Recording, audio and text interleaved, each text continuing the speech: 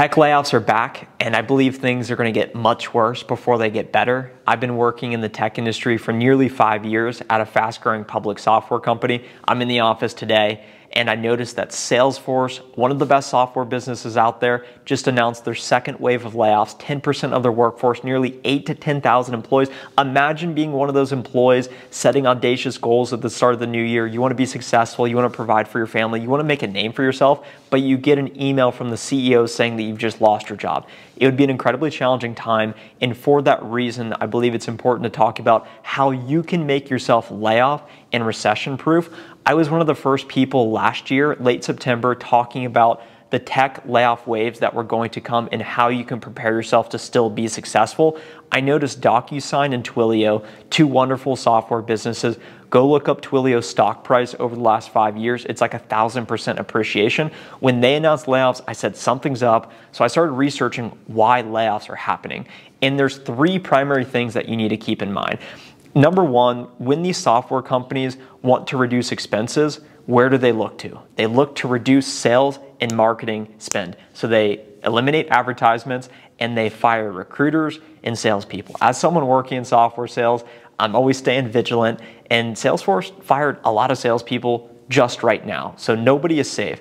Next, inflation rates. So when inflation increases, that means the cost of goods and services goes up, your money becomes less valuable, and then when this inflation goes up, the Fed needs to increase interest rates. When interest rates go up, it means the cost of borrowing is more expensive. This puts a lot of pressure on high growth tech companies. So we're going to see a lot more layoffs because the conditions that caused the wave of layoffs last year is still in place today.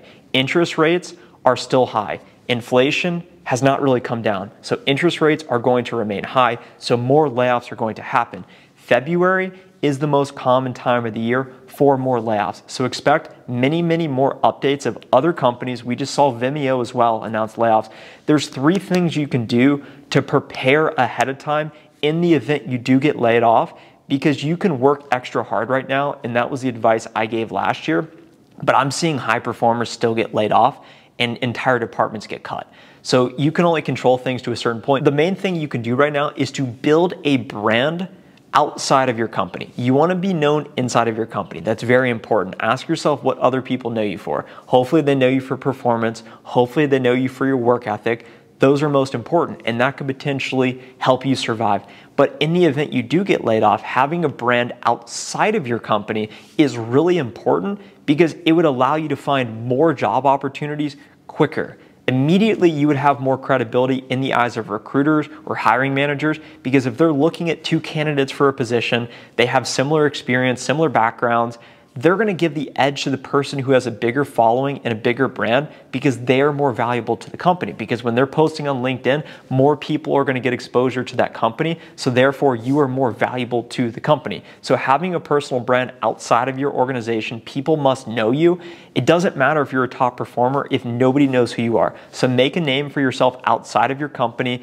The easiest way to do this is by posting on LinkedIn. So if we're not already connected, go connect with me now. You can start liking my stuff, and if I see your name enough, I'll start liking your stuff. And that's how you start building a following. You don't need a post on LinkedIn.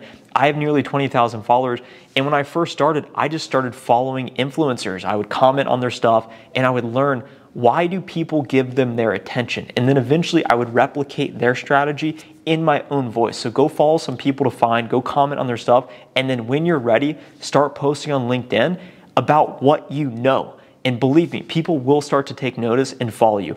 Next, you need to monetize your attention, which means to diversify your income streams. Many of you are W-2 employees, just like me. You get paid twice a month, direct deposit to your checking, savings account, whatever it may be.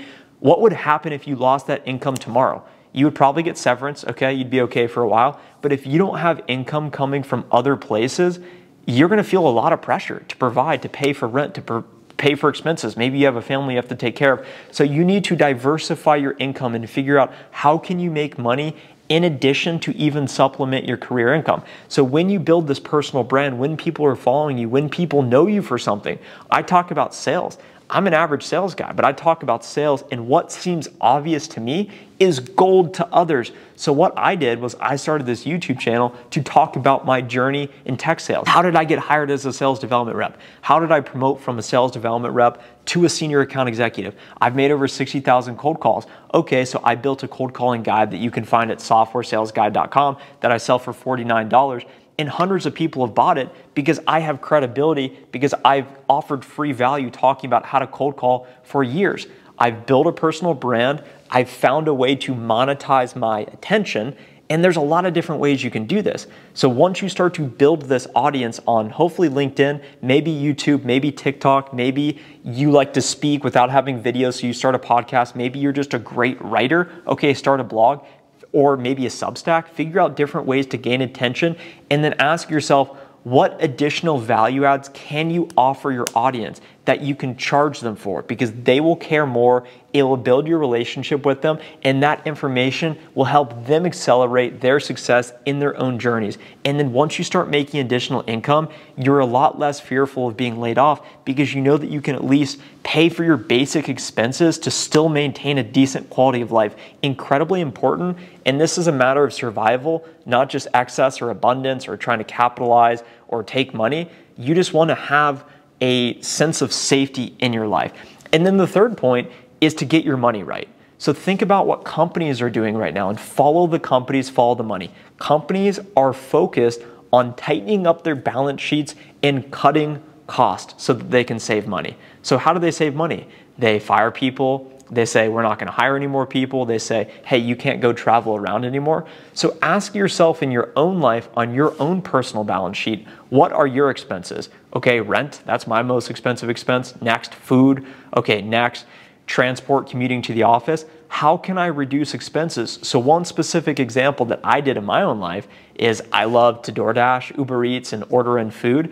It tends to be unhealthy, but it's really convenient and it always tastes good and it just hits the spot in those situations. I deleted the DoorDash app just so I removed the incentive to even order food. Although I lost the convenience, I've saved a couple dozen dollars every month, whatever it may be.